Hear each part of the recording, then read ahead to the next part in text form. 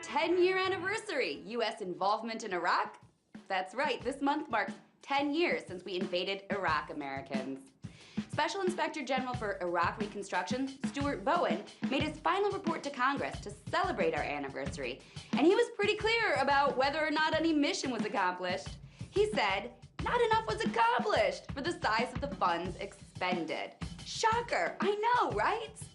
Overall, the U.S. has spent in Iraq in 10 years, wait for it, ready? Can you guess how much?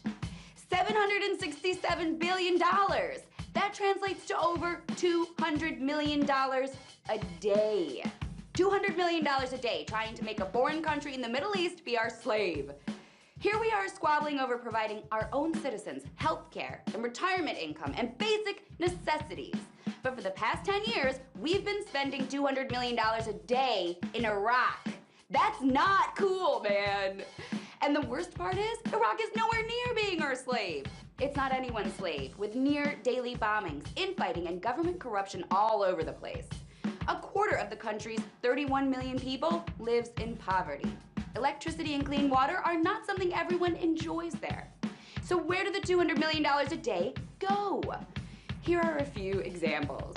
We began building a prison in 2004, but abandoned it because of violence around it. That cost us $40 million and still sits in rubble with no plans of being finished. We blew up a bridge during the invasion, severing an oil and gas pipeline. Despite a geological study saying that our plans to build a new pipeline wouldn't work, we went ahead and tried to build it anyway because oil, of course.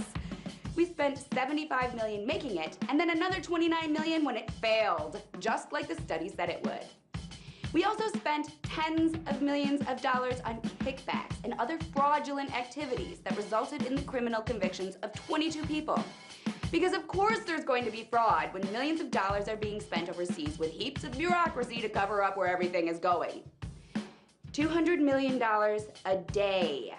When the numbers are that big, they almost begin to lose their meaning. We all glaze over because we can't even comprehend that much money or that much anything. And that makes us feel powerless.